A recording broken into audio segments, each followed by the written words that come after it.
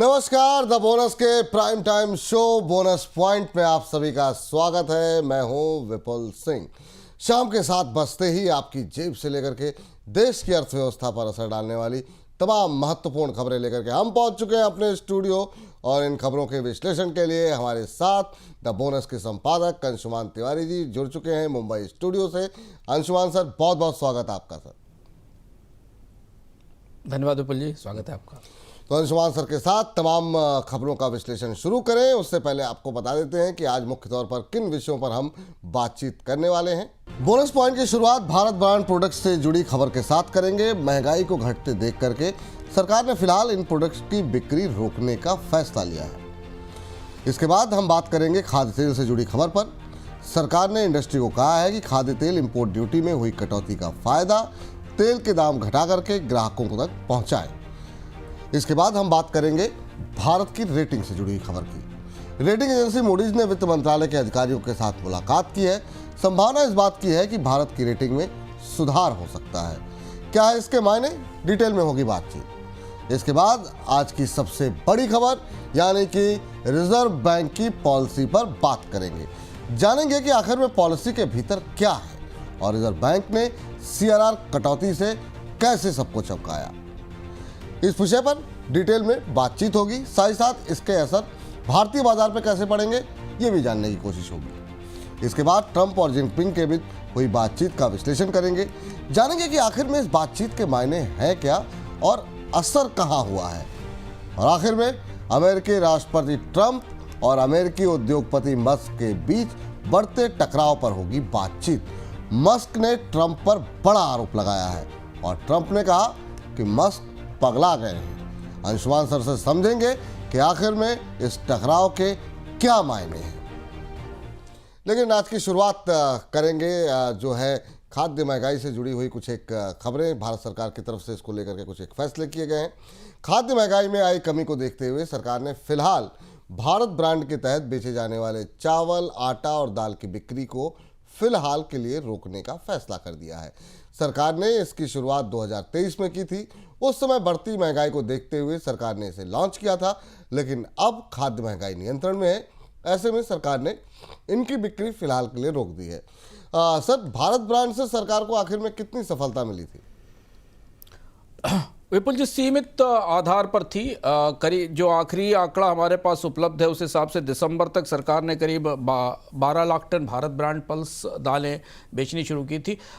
इसके साथ आटा भी बेचा गया था, लेकिन इस स्कीम में को सबसे ज़्यादा सफलता कहें जो भी सीमित इलाकों में जिसे बेचा गया उसमें पल्सेस में की महंगाई को कम करने में इसने मदद की थी। लेकिन देश बहुत बड़ा था, इसलिए सीमित इलाकों में ही बेचा गया था, इसलिए बहुत बड़ा सैंपल साइज उपलब्ध नहीं है।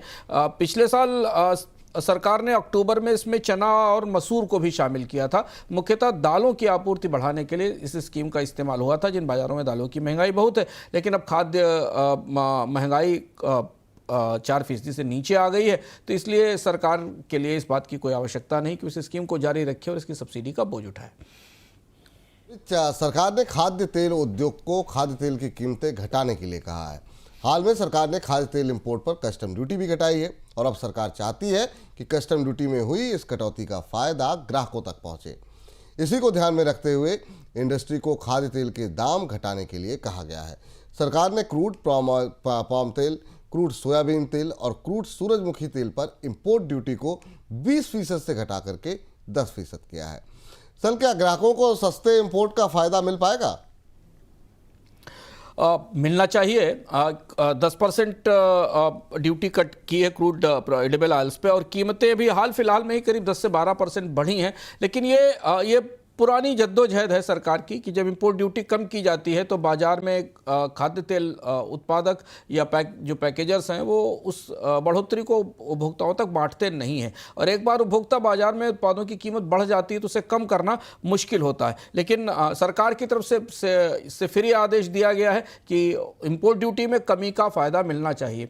दूसरी महत्वपूर्ण बात यह कि अंतर्राष्ट्रीय स्तर पर भी पाम की कीमतों में कमी हुई है, तो इसलिए पाम की कीमतों का असर भी खाद्य तेलों की कीमत पर दिखना चाहिए। महंगाई का आंकड़ा भी इसकी तरफ इशारा कर रहा है। सरकार का तंत्र कितनी प्रभावी ढंग से इसे लागू करा पाता है देखना होगा।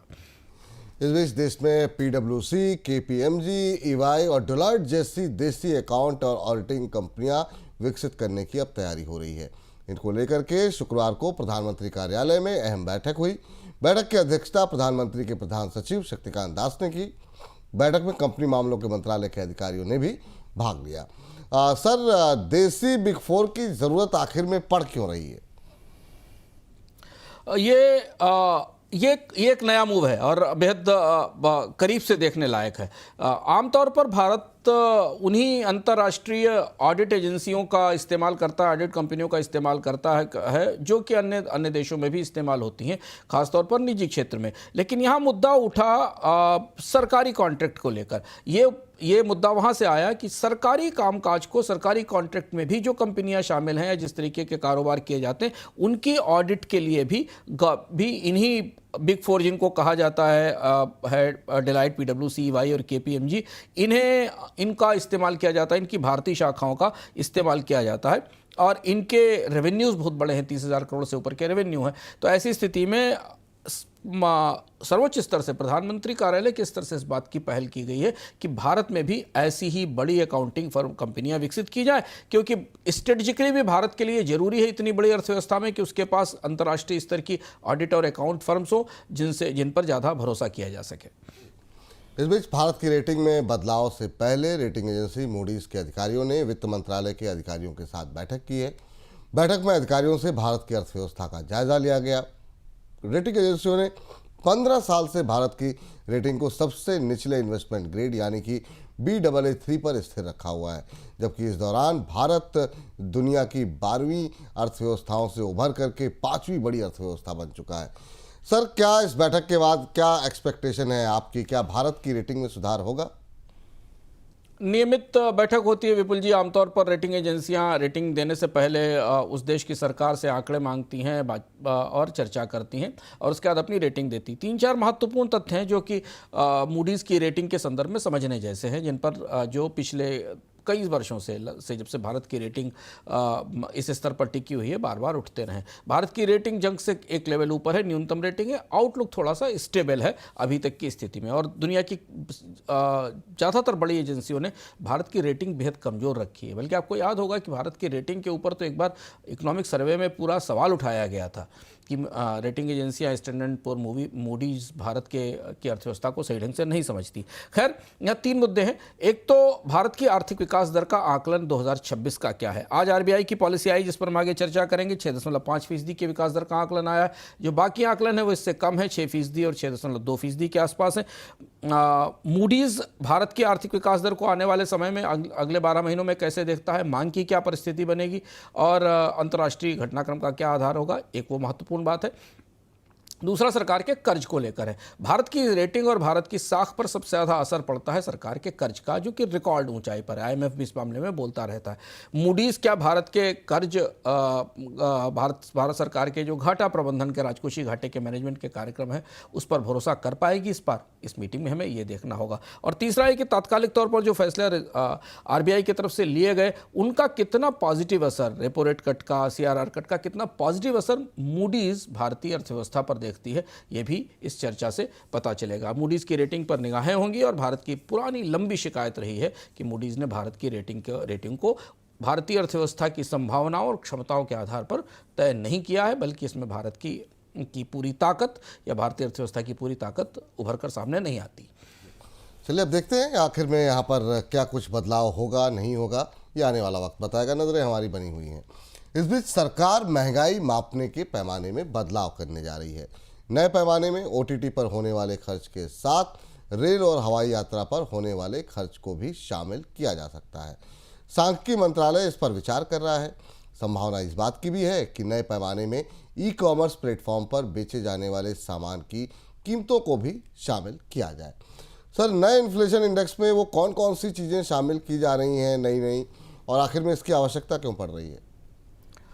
महंगाई का नया फार्मूला या नया पैमाना बनाने की तैयारी पिछले एक साल से चल रही है और अब सरकार की तरफ से इस बात का संकेत दिया गया है कि इसमें जो भारतीय उपभोक्ताओं की खपत का व्यापक स्तर है, जिसमें कि उत्पादों की, सेवाओं की खपत शामिल है, इसके पूरे दायरे को समेटा जाए। और इस दृष्टि से इस बात की तैयारी है कि जो इंटरटेनमेंट पे खर्च है, खासतौर से OTT पे, उसे इसमें शामिल किया जाए। एयर और ट्रेन ट्रैवल की, यानी जो टिकट की बुकिंग्स होती हैं एयर पर और अब रेलवे की, उन्हें शामिल किया जाए। और इसके साथ ये भी योजना है कि कुछ नए डेटा सेट हैं जिनको भी जानकारी लेने के लिए उपभोक्ताओं की खपत की महंगाई का आधार बनाया जाए, जिनमें GST का आंकड़ा है, जिसमें ई-वाहन पोर्टल का आंकड़ा है जहां पर वाहन रजिस्टर्ड होते हैं, UPI ट्रांजैक्शंस का, NPCL CI से मिलने वाला आंकड़ा है, इन्हें भी शामिल किया जाए ताकि उपभोक्ता महंगाई की एक पूरी तस्वीर बन सके। आपको याद होगा विपुल जी, हम लोगों ने कुछ दिनों पहले बोनस पॉइंट में चर्चा भी की थी कि रिजर्व बैंक भी अपनी मौद्रिक नीति के फ्रेमवर्क की समीक्षा करेगा इस साल, जैसा रिजर्व बैंक ने अपनी एनुअल रिपोर्ट में कहा है। वहाँ भी ये कहा जा रहा है कि उपभोक्ता महंगाई के ढांचे को बदला जाए, देखा जाए और उपभोक्ता महंगाई को छोड़कर अब कोर इन्फ्लेशन की तरफ आया जाए। वैसे भी उपभोक्ता महंगाई 4% से कम हो गई है। तो ये दो तरफ से इस बात की कोशिश चल रही है कि भारत में जो उपभोक्ता महंगाई नापने का पैमाना है उसे चुस्त और दुरुस्त किया जाए। क्या क्या चीज़ें इसमें शामिल होती हैं और हाउस होल्ड कंजम्पशन एक्सपेंडिचर को कैसे देखा जाता है, ये इसकी रिपोर्ट आने के बाद पता चलेगा। इस बीच गोल्ड की कीमतों में आई रिकॉर्ड तेजी के बाद गोल्ड के एक्सचेंज ट्रेडेड फंड्स 5 महीने बाद गोल्ड के नेट बिकवाल बन गए हैं। दुनिया भर के गोल्ड एक्सचेंज ट्रेडेड फंड्स ने मई के दौरान नेट 19 टन सोना बेचा है। इससे पहले दिसंबर में गोल्ड के एक्सचेंज ट्रेडेड फंड्स नेट बिकवाल थे। मई के दौरान सबसे ज़्यादा बिकवाली उत्तरी अमेरिका के फंड्स ने की है। सर, आखिर में ये बिकवाली बाजार के लिए आने वाले दिनों के लिए किस तरह के संकेत दे रही है? लंबे समय बाद ETFs ने बिकवाली की है। करीब करीब $1.8 बिलियन की बिकवाली मई में गोल्ड एक्सचेंज ट्रेडेड फंड ने की है। भारत के आंकड़े के हिसाब से भारत में ये बिकवाली करीब 71 मिलियन टन के आसपास है। 0.6 टन है, छोटा सा आंकड़ा है, लेकिन भारत में भी हुआ है। ये गोल्ड को लेकर, गोल्ड की इस तेजी को लेकर बदलते रुख का संकेत है और इसे करीब से समझना होगा और इसे पकड़ना भी होगा कि क्या अब यहाँ से गोल्ड की कीमतों में गिरावट की एक संभावना बनती दिख रही है। क्या ये स्थिति है या ये सिर्फ मुनाफा वसूली है जो ETF करना चाहते हैं और निकाल कर कहीं दूसरी के निवेश कर रहे हैं? क्योंकि जो भू राजनीतिक परिस्थितियां हैं, जो जियोपॉलिटिकल सिचुएशंस हैं, जो अर्थव्यवस्था पे बने दबाव हैं, वो लगातार आप देख रहे हैं गोल्ड को मजबूत रखे हुए हैं और गोल्ड की कीमतों में कोई बड़ा करेक्शन लंबे समय से हमें नहीं दिखाई दिया। अभी जो संकेत है वो गोल्ड में बढ़ोतरी के हैं। केंद्रीय बैंक पूरी दुनिया के गोल्ड लगातार खरीद रहे हैं, तो ये भी एक फैक्टर है जिस वजह से गोल्ड मजबूत है। लेकिन ETFs ने पहली बार इतनी बड़ी बिकवाली की है। ये फंड किस तरफ जाएगा? अब इस समय दुनिया में निवेश के कई सारे और भी विकल्प बन रहे हैं, उसमें खासतौर से क्रिप्टो भी है जिस पर चर्चा चल रही है। तो ये जो आउटफ्लो हो रहा है, ये आउटफ्लो स्टॉक मार्केट्स की तरफ जाएगा या क्रिप्टोज की तरफ जाएगा, ये देखना होगा। बाजार अगले 1-2 दिनों में ETF की इस बिकवाली पर कैसे रिएक्ट करता है, सोने की कीमतों का क्या आउटलुक होता है, ये भी देखना दिलचस्प होगा। इस बीच भारतीय रिजर्व बैंक ने वित्त वर्ष 2025-26 की दूसरी पॉलिसी घोषित कर दी है। इस बार RBI ने रेपो रेट में सीधे 50 बेसिस पॉइंट की कटौती की है। अब रेपो रेट घट करके 5.5% हो गया है। रेपो रेट में कटौती के साथ रिजर्व बैंक ने कैश रिजर्व रेशियो यानी कि CRR में भी 100 बेसिस पॉइंट की कटौती की घोषणा की है। हालांकि ये कटौती एक मुश्त नहीं होगी, बल्कि 4 अलग अलग चरणों में सितंबर से नवंबर के दौरान लागू होगी। नवंबर के अंत में CRR घट करके 3% पर आ जाएगा, जो अभी 4% पर है। रिजर्व बैंक ने वित्त वर्ष 2025-26 के लिए महंगाई के अनुमान में 30 बेसिस पॉइंट की कटौती की है। हालांकि ग्रोथ के अनुमान में कोई भी बदलाव नहीं किया है। वित्त वर्ष 2025-26 के दौरान GDP ग्रोथ 6.5% रहने का अनुमान लगाया गया है। सर, 25 बेसिस पॉइंट की उम्मीद थी, 50 बेसिस पॉइंट की कटौती हुई। इस कटौती से रिजर्व बैंक क्या संकेत, क्या सिग्नल देना चाह रहा है? दो बड़े सिग्नल। RBI ने काफ़ी उत्साहित होकर कटौती की, बाजार की अपेक्षाओं से ज़्यादा की। इसकी दो वजह थी कि एक तो मुद्रास्फीति की दर 4% से नीचे है, तो लॉजिक ये बनता था कि भारत में कर्ज को सस्ता किया जाए। दूसरी ज़रूरत ये थी कि भारत की आर्थिक विकास दर ढलान पर है, 4 साल की न्यूनतम आर्थिक विकास दर रही है 2025 में। अगले साल के आंकड़े भी दबाव दिखा रहे हैं, 6.1-6.2% है। तो ऐसे स्थिति में मॉनेटरी मैनेजर के तौर पर RBI की जिम्मेदारी बनती थी कि वो ब्याज दरों में कमी करे। उसने ब्याज दरों में बड़ी कमी की, 50 बेसिस पॉइंट की कमी बड़ी है 3 साल में। अब न्यूनतम स्तर पर 3 साल के न्यूनतम स्तर पर भारत में ब्याज दरें आ गई हैं। इसके साथ सीआरआर की कटौती और ज़्यादा सरप्राइजिंग थी। सीआरआर की कटौती 100 बेसिस पॉइंट की कटौती करीब करीब सिस्टम में 2.5 लाख करोड़ रुपए की लिक्विडिटी बढ़ाएगी, यानी बैंक अब इतना पैसा और उनके पास उपलब्ध हो जाएगा जिसे वो कर्ज के लिए आगे ले जा सकते हैं। अब ये पैसा कर्ज के लिए कैसे वापस जाएगा, आगे जाएगा, ये देखना होगा। लेकिन इन दोनों कटौतियों से आरबीआई ने अपने आप को इस बात के लिए तैयार कर लिया कि भारतीय अर्थव्यवस्था में अगर कहीं भी पूंजी की और सस्ती पूंजी की कमी होगी तो उसे पूरा किया जाएगा। अब अगला प्रश्न यहाँ पर जो है ये जानना चाहेंगे सर कि देश की ग्रोथ के आकलन को लेकर के रिजर्व बैंक की तरफ से क्या कुछ कहा गया और क्या कुछ जो है आपको दिखाई दे रही है ग्रोथ को लेकर के बातें? रिजर्व बैंक की ग्रोथ के मोटे आकलन समझ लेते हैं, उसके बाद फिर देखते हैं कि इसके भीतर क्या है। रिजर्व बैंक ने अपने आर्थिक विकास दर के आकलन में कोई बढ़ोतरी नहीं की भारत के लिए इस साल, ना कमी की। 6.5% की विकास दर का लक्ष्य रखा गया था जून की अप्रैल की पॉलिसी में, उसे जून की पॉलिसी में तय रखा गया। क्वार्टरली आधार पर भी कोई बड़ी बढ़ोतरी नहीं हुई। इससे लगता दिखा कि महंगाई के दर में थोड़ी सी कम संशोधन जरूर किया गया। हेडलाइन इन्फ्लेशन को 3.2% पे लाने की बात कही गई, जो लोएस्ट होगी 2019 के बाद। ये थोड़ा महत्वपूर्ण है। जो पिछली पॉलिसी में करीब 3.7% के आसपास थी। तो ये दोनों आकलन हमें ये बता रहे हैं कि रिजर्व बैंक ग्रोथ को लेकर कंफर्टेबल है। पर ग्रोथ के मामले में सारे के सारे पूरा का पूरा आकलन मानसून पर केंद्रित है। अगर आप पॉलिसी के डॉक्यूमेंट को पढ़ें और जब मॉनेटरी पॉलिसी कमेटी के मिनट्स आएंगे तब उनमें चीज़ें और स्पष्ट होंगी कि पूरा का पूरा आकलन खाद्य महंगाई नियंत्रित रहने और मानसून की सफलता पर निर्भर है। पर फिलहाल तो मानसून अभी फंसा हुआ है विपुल जी। अगर आप ध्यान से देखें तो जो ताज़ा चार्ट आपके सामने दिख रहा है, मध्य भारत, मध्य महाराष्ट्र और पश्चिम बंगाल के हिस्सों से मानसून में फिलहाल कोई प्रगति नहीं दिखाई दी है। लेकिन ऐसा माना जा रहा है कि 10-11 जून के आसपास मानसून में थोड़ी प्रगति दिखाई देगी। तो इस बात का पर पूरा दारोमदार है कि भारत का कृषि उत्पादन अगले 2-3 महीनों में ठीक रहेगा, मानसून सही समय पर सही बारिश करेगा और भारतीय अर्थव्यवस्था कम से कम पिछले साल जितनी ही विकास दर हासिल कर पाएगी। हालांकि आरबीआई के इस आकलन से बहुत सारे लोग सहमत नहीं हैं, अंतर्राष्ट्रीय एजेंसियां सहमत नहीं हैं। उन्होंने भारत के आर्थिक विकास दर के आकलन को थोड़ा निचले स्तर पर रखा है। दूसरी बात है कि आप मूडीज की रेटिंग का जो रिव्यू चल रहा है उससे भी जोड़ सकते हैं। आरबीआई ने ब्याज दर कम करके सरकार को पर ब्याज के बोझ में भी कमी की है और अर्थव्यवस्था में सस्ता कर्ज आगे बढ़ाकर अंतर्राष्ट्रीय एजेंसियों को यह भी मौका दिया है कि वो भारत की रेटिंग की समीक्षा करते हुए ये भी देखे कि भारत में महंगाई नहीं है और कर्ज सस्ता करके ग्रोथ को बढ़ाने की कोशिश की जा रही है। जी, अब सर लेकिन यहाँ पर दूसरा महत्वपूर्ण सवाल जो सीआरआर का कट हुआ जिसका ऐलान किया गया है, लिक्विडिटी को बढ़ाना क्या इन्फ्लेशन को लेकर के रिस्क लेने जैसा दिखाई दे रहा है क्या आपको? थोड़ा सा रिस्की दिख रहा है विपुल जी। अगर आप देखें इन्फ्लेशन, हालांकि अभी इन्फ्लेशन 4% से नीचे है, आरबीआई के पास एक कुशन है, बट इस लिक्विडिटी को बढ़ाने के पीछे आरबीआई सांकेतिक ज्यादा था और इसलिए देखिए उसने एक मुश्त सीआरआर की कटौती नहीं की। अगर बाजार में लिक्विडिटी का ओवरहैंग होगा तो इस बात की पूरी संभावना है कि रिजर्व बैंक सीआरआर कटौती को और ज़्यादा चरणों में बांट देगा या इसे रोका भी जा सकता है, क्योंकि दो ऐसे फैक्टर हैं जो ध्यान रखना जरूरी है मार्केट में लिक्विडिटी को लेकर। एक तो हमने कल ही अपने कार्यक्रम में बताया था कि आरबीआई को ये पता है कि भारतीय बाजार में अब बैंकों में सिस्टम में रिकॉर्ड लिक्विडिटी है, एनडीटीएल के 1% से ऊपर निकल चुकी है।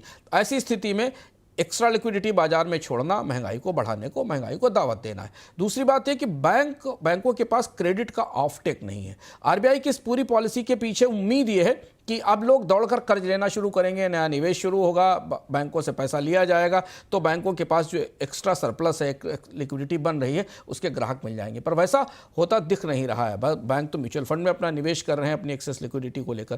तो ऐसी स्थिति में ये फैसला रिव्यू के बाद समझ में आएगा कि इसका क्या असर हुआ है। लेकिन हाँ, ये ज़रूर है कि बैंकों के लिए बड़ी चुनौती अब ये है कि अब भारत में डिपॉजिट्स के ऊंचे रहने का दौर ख़त्म हो चुका है। डिपॉजिटर्स को अब अपनी बचत के लिए दूसरे विकल्प ढूंढने पड़ेंगे, क्योंकि बैंकों में अब बचत पर जब 3 साल के न्यूनतम स्तर पर रेपो रेट आपको दिख रही है तो आप कल्पना कर सकते हैं कि बैंकों में बचत पर ब्याज दर की क्या स्थिति होगी।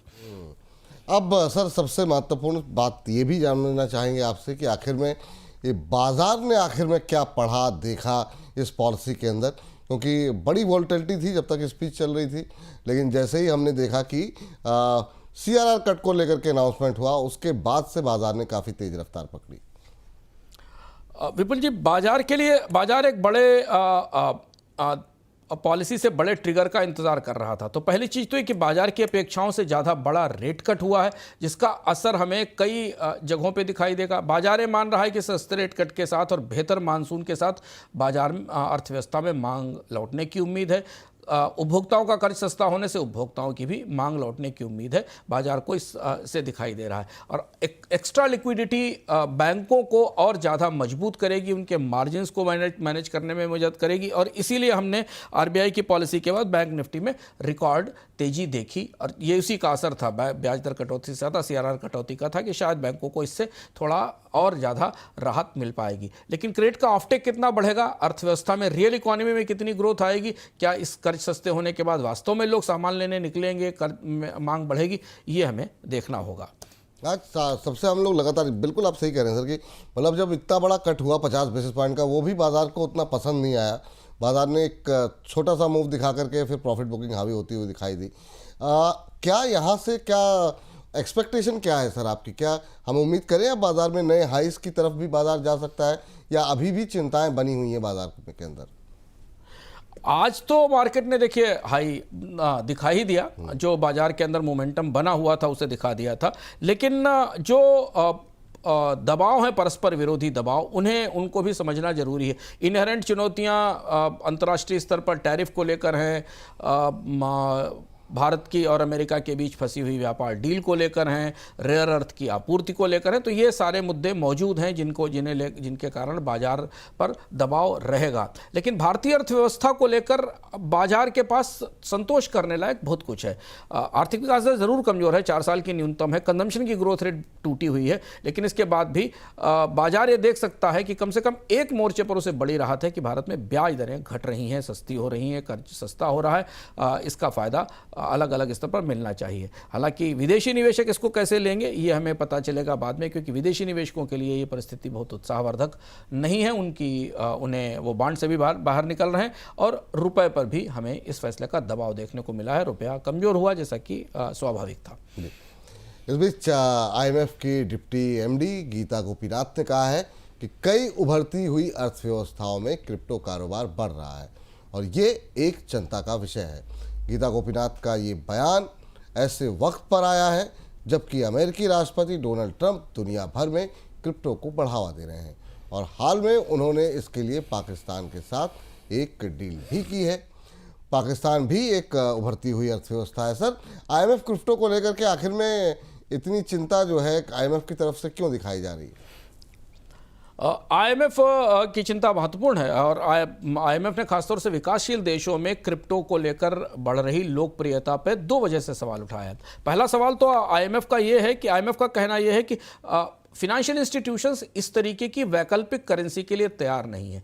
IMF ने खासतौर पर स्टेबल कॉइन्स को लेकर सवाल उठाया है, जिन्हें रेगुलर करेंसी का विकल्प माना जा रहा है। स्टेबल कॉइन्स किसी एक दूसरी करेंसी से हेज होते हैं, और इस पर गीता गोपीनाथ का ये कहना है, उनका मानना यह है कि ये फिनेंशियल इंस्टीट्यूशन के लिए को डिसइंटरमीडिएट करेंगे, यानी जो वित्तीय संस्थाओं का और बैंकों की जो भूमिका है पूरे करेंसी के मार्केट में, उससे वो बाहर हो जाएंगे और एक नए तरीके की व्यवस्था आएगी। इसके लिए तैयार नहीं है। गोपीनाथ ने यह भी कहा कि जो करेंसी के सब्स्टिट्यूट क्रिएट करने पर या करेंसी के विकल्प बनाने पर दुनिया के देश कर रहे हैं, वो बड़ा रिस्क है, वो बड़ा जोखिम ले रहे हैं। IMF शुरुआत से क्रिप्टो की चर्चा के दिनों से भी क्रिप्टो करेंसीज को लेकर एक बेहद सतर्क और चेतावनी भरा रुख अपनाए हुए, जो सबको पता है। तो IMF का रुख ये महत्वपूर्ण है, खासतौर से इस संदर्भ में कि अमेरिका के राष्ट्रपति खुद एक क्वाइन को प्रमोट कर रहे हैं। पाकिस्तान ने उनकी company world liberty international financial के साथ एक करार भी किया है। पाकिस्तान साउथ एशिया का पहला देश है जिसने बड़ा क्रिप्टो कार्यक्रम लॉन्च किया है और क्रिप्टो को लेकर नए रेगुलेशन बनाने की कोशिश की है। IMF की टिप्पणी या चेतावनी क्रिप्टो के एंथुजियास्ट के लिए को थोड़ा मुश्किल में पैदा करेगी। दूसरा एक और बड़ा देश है चीन, जो अभी भी क्रिप्टो को लेकर खासा सतर्क दिख रहा है। इस बीच अमेरिकी राष्ट्रपति डोनाल्ड ट्रंप और चीन के राष्ट्रपति शी जिनपिंग के बीच गुरुवार को फोन पर बात हुई। राष्ट्रपति पद पर ट्रंप की वापसी के बाद दोनों नेताओं के बीच पहली बार बातचीत हुई है। इस बातचीत के बाद ट्रंप ने कहा कि रेयर अर्थ पर बात बन रही है। हालांकि चीन की तरफ से इसकी पुष्टि नहीं की गई। ट्रंप ने यह भी कहा कि रूस, यूक्रेन या ईरान जैसे मुद्दों पर बात नहीं हुई है। सर, ये बातचीत को कितना महत्वपूर्ण मान रहे हैं आप? बाजार तो थोड़ा सरप्राइज हुआ इस बातचीत पर, क्योंकि डोनाल्ड ट्रंप ने सत्ता में आने के बाद पहली बार फोन पर शी जिनपिंग से संपर्क किया, और वो भी उस परिस्थिति में जबकि दोनों देशों के बीच व्यापारिक रिश्ते लगभग शून्य पर पहुंच गए हैं। दोनों ने एक दूसरे पर रिटेलिटरी टैरिफ लगाया। अभी डोनाल्ड ट्रंप एक हफ्ते पहले जिनेवा की वार्ताओं में जो तय हुआ था चीन और अमेरिका के बीच में, उससे मुकर जाने की बात कह रहे थे, क्योंकि चीन उससे मुकर गया है। लेकिन अचानक दबाव कहाँ से आया है समझना जरूरी है। यह रेयर अर्थ का दबाव है। रेयर अर्थ की आपूर्ति रुकने के कारण अमेरिका की ऑटोमोबाइल कंपनियां बुरी तरह परेशान है। अमेरिका में महंगाई का खतरा है, और इसलिए डोनाल्ड ट्रंप को ने अपनी तरफ से शी जिनपिंग से संपर्क किया। जो पिछली डील हुई थी, उस डील को लेकर भी तमाम मतभेद हैं अमेरिका और चीन के बीच में, उसे लागू नहीं किया गया। ये चर्चा, लेकिन 90 मिनट की चर्चा को ट्रंप ने बहुत अच्छा कहा, और ये कहा कि रेयर अर्थ, टैरिफ और बाकी चीज़ों पर चर्चा हुई है। दोनों देशों ने दोनों देशों के प्रमुखों ने एक दूसरे को अपने देश की यात्रा पर आमंत्रित किया, और ट्रंप ने यह दावा किया कि रेयर अर्थ पर बात बन रही है। हालांकि चीन ने इसकी पुष्टि नहीं की है। अब सर, इस बातचीत का क्या कोई तत्काल असर आप देख रहे हैं, या अभी चीज़ें धीरे धीरे करके सामने आएंगी? आप कैसे देख रहे हैं इस बातचीत को? तत्काल असर यह है कि एक तत्काल बड़ा असर है जिससे बाजार उत्साहित होंगे। जैसे हमने बताया आपको, आज बाजारों में भी उत्साह दिखेगा कि अमेरिका और चीन के बीच एक व्यापार वार्ता तो शुरू होगी ही, इस बात की उम्मीद है, जिसमें अमेरिका के प्रमुख अधिकारी रहेंगे। अब इस व्यापार वार्ता की शुरुआत से दोनों देशों के बीच पर बर्फ पिघलने की संभावना है। दूसरी चीज़ ये है कि यूएस को उम्मीद है कि चीन अपने रेयर अर्थ के निर्यात लाइसेंस को जारी करने में तेजी लेकर आएगा, जिससे कि उद्योगों को वो मैग्नेट्स मिल सके जिनसे चलते हैं। जुलाई में 90 दिन की टैरिफ छूट खत्म होने वाली है विपुल जी। अब नया टैरिफ बार रोकने के लिए दोनों के बीच में समझौता तो ज़रूरी है, और उसके लिए बहुत सीमित समय बचा है। चीन ये देखेगा, अमेरिका ये देखने की कोशिश करेगा कि चीन क्या निर्यात बढ़ाएगा रेयर अर्थ का, या फिर सप्लाई के संकट को बनाए रखेगा। यूएस चाहता है कि चीन बाजार खोले, और चीन का कहना है कि टैरिफ हटाए जाएँ और ताइवान में हस्तक्षेप न किया जाए। दोनों देशों के बीच अविश्वास बड़ा गहरा है, और मतभेद भी काफ़ी गहरे हैं। समझौता शायद मुश्किल से ही होगा, लेकिन बर्फ पिघलने से टकराव टलने की संभावना बन गई है, और जिससे बाजार खुश है। इस बीच रेयर अर्थ मैग्नेट पर चीन की पाबंदियों का दुनिया भर पर असर दिखने लगा है। दुनिया भर के ऑटो उद्योग के सामने उत्पादन रोकने का संकट आ गया है। सुजुकी ने तो जापान में अपने लोकप्रिय मॉडल स्विफ्ट का उत्पादन रोक दिया। अमेरिका में टेस्ला और जनरल मोटर्स की असेंबली लाइन रुकने का खतरा है। भारत और यूरोप में भी ऑटो उद्योग के ठप होने की आशंका जताई जा रही है। सर, रेयर अर्थ को लेकर के दुनिया के बाजारों में क्या स्थिति आप देख रहे हैं इस समय?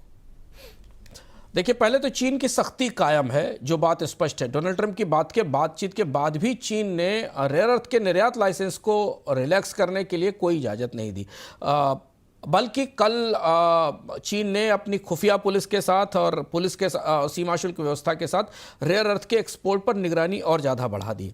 दरअसल लाइसेंसिंग प्रक्रिया से चीन को दुनिया की सप्लाई चेन की सूचनाएं मिल रही हैं, उसका डेटा मिल रहा है, जो भविष्य में उसे रेयर अर्थ की सप्लाई चेन को अपनी सप्लाई चेन बनाने में मदद करेगा। और ये अमेरिका के टैरिफ के खिलाफ कार्रवाई है, ये तो आपको पता ही है। इसका असर हमें दिख रहा है। यूरोप में BMW की आपूर्ति में रुकावट हुई है। वॉक्सवैगन और मर्सिडीज के उत्पादन पर खतरा दिख रहा है। जो प्रमुख कंपनियां तत्काल प्रभावित होने वाली उनकी सूची में आपको दिखा रहे हैं।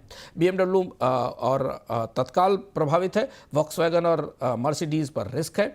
भारत में ऑटो उद्योग ने जून तक उत्पादन पूरी तरह ठप हो जाने की चेतावनी दी है। भारतीय ऑटोमोबाइल कंपनियों का जो संगठन है सियाम, उसने सरकार से बात की और सरकार के जरिए वो चीन के अधिकारियों से लाइसेंस जल्दी हासिल करने की कोशिश करेगा।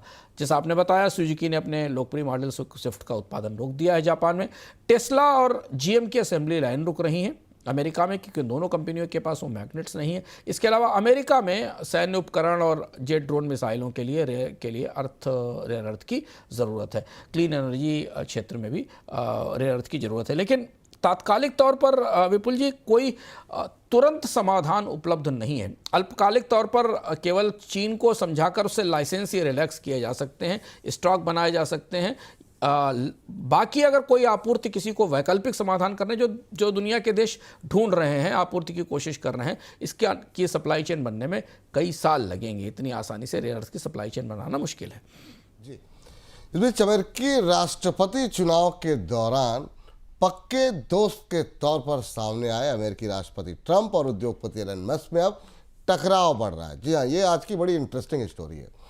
ट्रंप टैरिफ और नए टैक्स बिल को लेकर के एलन मस्क ने जो है उन पर निशाना साधा, यहाँ तक कि उनका नाम अमेरिका के चाइल्ड ट्रैफिकर के साथ जोड़ा है। मस्क ने कहा कि उनकी वजह से ही ट्रंप राष्ट्रपति बने हैं। उधर ट्रंप ने कहा कि मस्क पगला गए हैं। ट्रंप ने कहा कि पेंसिल्वेनिया का चुनाव उन्होंने अपने बूते जीता है, ना कि मस्क के सहयोग से। सर, मस्क और ट्रंप ने जो जिस तरह की टीका टिप्पणी और आरोप लगाए, कैसे देख रहे हैं इसे आप? मतलब ये जय वीरू की जोड़ी हुआ करती थी, ये क्या कुछ रहा रात भर के अंदर? दोस्त दोस्त ना रहा वाली स्थिति है ट्रंप और मस्क के बीच में अमेरिका में और ये बेहद बड़ा टकराव है। इस टकराव से अमेरिकी राजनीति का एक बेहद चौंकाने वाला और चिंताजनक चेहरा आपके सामने आया है निकलकर। एलन मस्क ने कहा कि ट्रंप उनकी मदद के बिना राष्ट्रपति नहीं बन सकते। ट्रंप कहना क्या चाहते थे, मस्क क्या कहना चाहते हैं, किस तरीके की मदद हुई? मस्क ने कहा कि इस साल तो मंदी आ जाएगी टैरिफ से। ये वही मस्क हैं जो सरकार के साथ अभी एक हफ्ते तक बैठे थे। ट्रंप ने जवाब दिया कि पेंसिल्वानिया तो मैंने खुद अपनी दम पर जीता है, मस्क की क्या बात है, मस्क तो पागल हो गए हैं। इसके बाद मस्क ने धमकी दी कि वो स्पेस एक्स के ड्रैगन अंतरिक्षयान को बंद कर देंगे, क्योंकि ये उन्होंने कहा कि ट्रंप का टैक्स बिल टेस्ला के खिलाफ है, क्योंकि इलेक्ट्रिक व्हीकल पर टैक्स क्रेडिट खत्म करता है। तो ट्रंप ने कहा कि वो स्पेस एक्स के अनुबंध को ही रद्द कर देंगे। करोड़ों डॉलर का अनुबंध है, दोनों की निर्भरता काफ़ी ज़्यादा है। और इससे ज़्यादा सबसे खतरनाक बात जो मस्क ने अपने ट्वीट में कही और जिसके बाद अमेरिका की राजनीति में तूफान खड़ा हुआ, वो एप्स्टीन फाइल्स को लेकर था। उन्होंने कहा कि ट्रंप का नाम जेफरी एप्स्टीन की गोल्ड की गोपनीय फाइल में शामिल है और इस वजह से ट्रंप ने जेफरी एप्स्टीन की फाइल्स को सार्वजनिक नहीं किया। पहला मौका था, ये तो डेमोक्रेट्स भी नहीं कह रहे हैं, पर मस्क ने कहा कि एप्स्टीन फाइल के बेस पर राष्ट्रपति ट्रंप को इम्पीच किया जाना चाहिए, उनके खिलाफ महाभियोग लगाया जाना चाहिए और उनको पद से हटाना चाहिए। और उन्होंने जेडी वांस जो उपराष्ट्रपति हैं उनको नया राष्ट्रपति बनने के लिए आगे बढ़ने का ऐलान भी कर दिया कि आप आगे बढ़ो, हम आपके साथ हैं। ये बेहद अनोखा सनसनीखेज घटनाक्रम है जो हमें दिखाई दिया। सर, एक और चीज़ का जिक्र किया गया, एप्स्टीन फाइल का जिक्र किया गया मस्क की तरफ से। आखिर में इस फाइल को इतना सेंसिटिव को क्यों कहा जा सकता है? क्या है इस फाइल के अंदर सर? जेफरी एप्स्टीन का मामला अमेरिका की राजनीति में तूफान की तरह बना हुआ, अभी भी हमेशा ये निकलता है। जेफरी एप्स्टीन कुख्यात चाइल्ड ट्रैफिकर थे जो कि बच्चों की तस्करी करते थे। एप्स्टीन की पर एफबीआई और खुफिया एजेंसियों ने जो जांच की थी, ऐसा माना जा रहा है कि उसमें अमेरिका के सभी बड़े कारोबारियों, राजनेताओं और हस्तियों के नाम शामिल हैं और इसीलिए इस आपराधिक नेटवर्क में, एप्स्टीन के साथ शामिल आपराधिक नेटवर्क में लोगों के बारे में अमेरिका की खुफिया एजेंसियां रोक कर जानकारी देती हैं। काफ़ी सेंसरशिप है। यहाँ पर डिपार्टमेंट ऑफ जस्टिस और एफबीआई पर यह भी आरोप लगा था कि उन्होंने दस्तावेज छिपाए हैं और नष्ट किए हैं। कुछ दस्तावेज हाल में जारी भी हुए थे, उसमें काफ़ी सेंसरशिप थी। अब मस्क के दावे से अचानक व्हाइट हाउस पर यह सवाल उठा है कि अमेरिका का राष्ट्रपति अमेरिका के सबसे कुख्यात चाइल्ड ट्रैफिकिंग नेटवर्क का हिस्सा हो सकता है। क्या उसकी फाइल में नाम मौजूद है? खंडन तो नहीं किया गया, लेकिन डेमोक्रेट्स ने इसको लेकर तत्काल आगे बढ़ने के लिए और एफबीआई और डीओजी से सवाल पूछने शुरू कर दिए और ये कहा गया कि इसे डेमोक्रेट्स ने कहा कि टैक्स बिल को छोड़िए, पहले एप्स्टीन की फाइल्स को सामने लाइए। ये थोड़ा बड़ा हमला है एलन मस्क का और इससे ये भी पता चलता है कि एलन मस्क डोनाल्ड ट्रंप के किस तरीके के राजदार हैं, कितनी बातें उन्हें डोनाल्ड ट्रंप के बारे में मालूम है। जी। अब ये जो टकराव की स्थिति बनी हुई है, ये जो दूरियों की स्थिति बनी हुई है, इसका सर बाजार, पॉलिटिक्स, इन सब पर किस तरीके का असर दिख रहा है आने वाले दिनों में आप? देखिए, टेस्ला का स्टॉक कल एक दिन में 14% टूट गया। ट्रंप करीब 150 बिलियन डॉलर का मार्केट कैपिटलाइजेशन उड़ गया। ट्रंप के फैसले के बाद और उस झगड़े के बाद इन्वेस्टर एकदम टेस्ला से निकलना शुरू हो गए, क्योंकि उनको लगता है कि ट्रंप के कदमों से टेस्ला को नुकसान होगा। दूसरा, मस्क की भविष्य की योजनाओं के लिए स्पेस एक्स और पेंटागन के अरबों डॉलर के अनुबंध खतरे में है, और इस वजह से ट्रंप की मीडिया कंपनी के शेयर भी टूटे और टेक सेक्टर में भी बड़ी बिकवाली दिखाई दी। ये तो आर्थिक रूप से असर है, लेकिन ये असर मुख्यतः एलन मस्क के कारोबारी हितों पर सीमित रहेगा। दूसरा राजनीतिक असर जो वो ज़्यादा गंभीर है। जो रिपब्लिकन पार्टी है वो एप्स्टीन फाइल में ट्रंप का नाम आने को लेकर बेहद संवेदनशील और सशंकित है, जैसी मेरी बात हो रही थी। ये विवाद अगर आगे बढ़ा तो रिपब्लिकन पार्टी में दो हिस्से हो सकते हैं, और 2026 में जो मिड टर्म चुनाव होना है उसमें कांग्रेस पर रिपब्लिकन पार्टी को नियंत्रण चाहिए। वहाँ ट्रंप की पार्टी का बड़ा नुकसान हो सकता है। डेमोक्रेट्स ने मस्क के एप्स्टीन वाले दावे को पर आक्रामक हो गए हैं और उन्होंने इस पर सरकार से जवाब मांगा है। सबसे बड़ी बात और सबसे दिलचस्प बात है कि मस्क ने महाभियोग की या इम्पीचमेंट की मांग की है, और ये मांग अमेरिकी राजनीति में किस तरीके की हलचल खड़ा करेगी, ये हमें अगले कुछ दिनों में पता चलेगा। क्या मस्क और ट्रंप टकराएंगे या फिर मिलकर दोबारा सहयोग करेंगे, क्योंकि डोनाल्ड ट्रंप इस तरीके के तौर तरीकों के लिए जाने जाते हैं। वो झगड़ा करते हैं, फिर दोस्ती करते हैं, फिर झगड़ा करते हैं। अगर कुछ ऐसा होता है तो दिखाई देगा। लेकिन अमेरिकी राजनीति में डोनाल्ड ट्रंप की साख पर अब गहरी खरोंचें आना शुरू हो गई हैं। राष्ट्रपति बनने का जनवरी से जून के बीच में डोनाल्ड ट्रंप की रेटिंग भी गिरी, और इस विवाद के बाद उनकी साख और गिरने की संभावना है, क्योंकि एलन मस्क को लेकर वैसे भी अमेरिका में जो पिछले ओपिनियन पोल आए थे उनमें राय बहुत अच्छी नहीं आई थी। लेकिन सर, कल ये क्या मान के चलें कि अभी मस्क को इसका लंबा खामियाजा उठाना पड़ेगा? कल $150 बिलियन की मार्केट कैप साफ हो गई सर। मतलब एक तरीके से देखा जाए भारत की टीसीएस जैसी कंपनी साफ गायब। तो ये मतलब जितना तो ये इसको आगे क्या और बड़ा नुकसान उठाना पड़ेगा मस्क को? मस्क को कल ही $30 बिलियन $35 बिलियन का लॉस हो गया। और अगर और टेस्ला तो वैसे भी पिटी हुई है मार्केट में मस्क के सरकार में आने के बाद, तो ऐसी स्थिति में ये टकराव कहाँ जाकर रुकेगा। और डोनाल्ड ट्रंप ने जैसे मस्क के अनुबंध रद्द करने की धमकी दी है, स्पेस एक्स के कॉन्ट्रैक्ट खत्म करने की धमकी दी है, उसके बाद से मस्क की आर्थिक स्थिति के लिए बड़ी चुनौती बनेगी। तो घटनाक्रम तेज है। कल से अभी सप्ताह का आखिरी दिन है, सोमवार को इस पर प्रतिक्रिया दिखाई देगी। व्हाइट हाउस कैसे एप्स्टीन फाइल पर अपनी प्रतिक्रिया देता है, अमेरिकी राजनीति को इसका इंतजार रहेगा, और मस्क अगला कदम क्या उठाते हैं ये रहेगा। लेकिन चलते चलते हमारे पास मस्क के मामले में एक महत्वपूर्ण खबर आई है कि भारत सरकार ने एलन मस्क की स्टारलिंक को सेटकॉम का लाइसेंस दे दिया है अंततः।